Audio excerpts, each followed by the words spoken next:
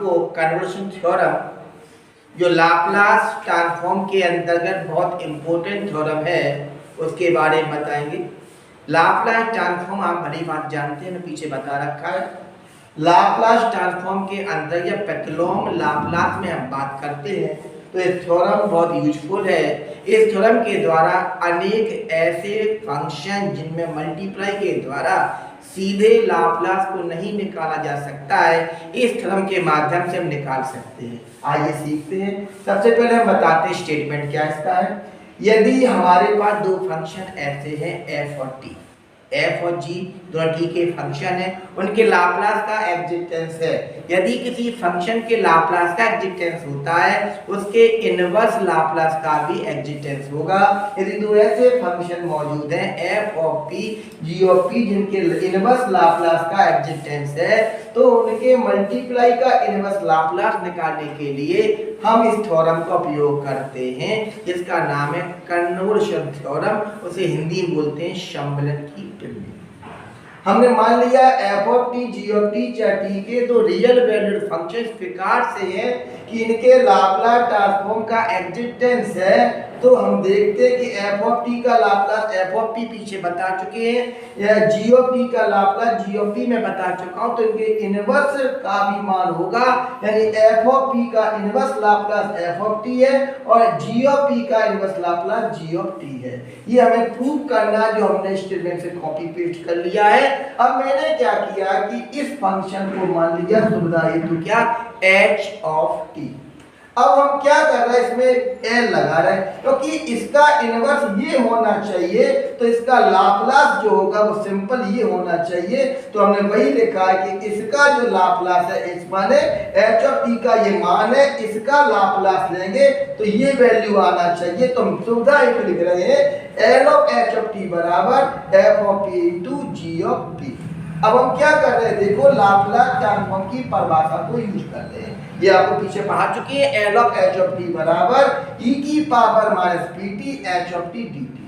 हमने क्या किया, h ऑफ t का वैल्यू लगा दी ऊपर इक्वेशन फर्स्ट से आपके सामने दिख रही होगी। अब चूंकि हम लगाने के बाद देख रहे हैं हमारे पास दो इंटीग्रल है जिनकी लिमिट एक शून्य से इनफाइनाइट है और एक की लिमिट शून्य से t है। अब इसको सॉल्व करना बहुत टिपिकल है। तो हम क्या कर रहे हैं, change in order of integration करने जा रहे हैं।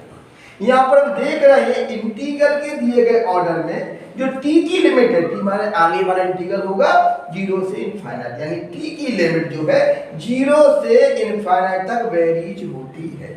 और जो u की लिमिट है वो दूसरा इंटीग्रल है, उसकी लिमिट 0 से t तक वेरीज होती है।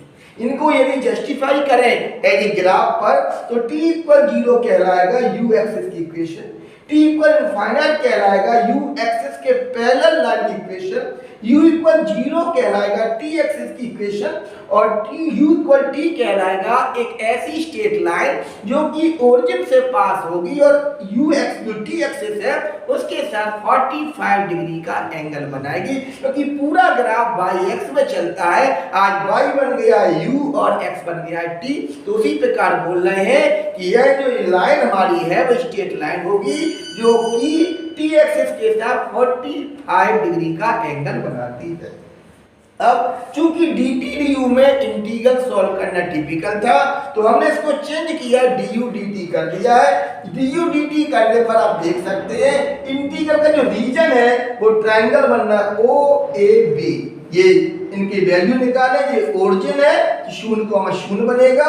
यहाँ पर u का मान 0, t का मान इनफाइनाइट है तो पॉइंट आएगा इनफाइनाइट से 0 और यहाँ पर दोनों बराबर हैं, t इनफाइनाइट हो चुका है तो u भी क्या होगा, इनफाइनाइट। तो वैल्यू होगी इनफाइनाइट कॉमा इनफाइनाइट। अब देखिए हमें चूंकि इंटीग्रल के अगर में चेंज करना है तो हमने इसके लिए क्या किया है, क्योंकि हमें du dt चाहिए, नियम याद रखना, यदि du dt चाहिए तो अपोजिट लाइन के पैरेलल लेते हैं। du में u पहले है तो t के पैरेलल लेंगे, और यदि dt du होता तो u एक्सिस के पैरेलल। ये लॉ याद रखो हमेशा।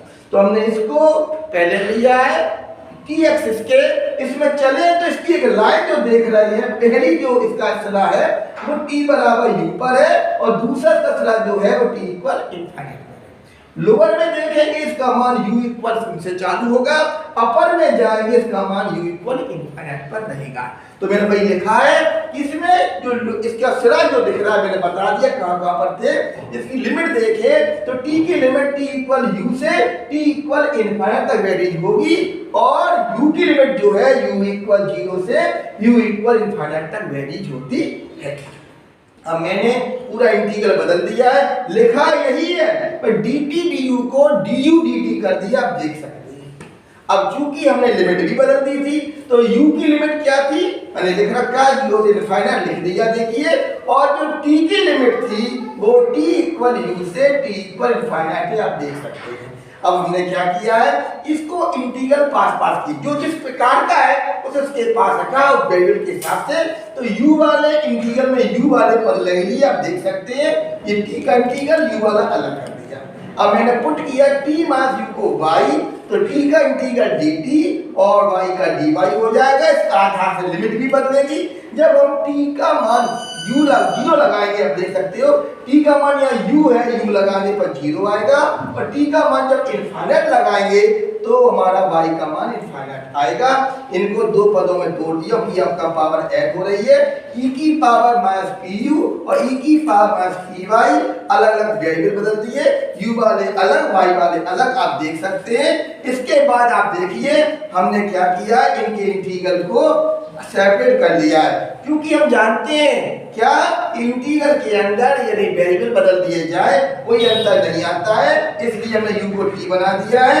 ये हमारी परिभाषा से g of f of p और g ऑफ p आ जाएंगे। अतः लाप्लास का वैल्यू आ चुकी है, जो मैं प्रूव करना था, यही हमारी क्या है कन्वर्शन थ्योरम।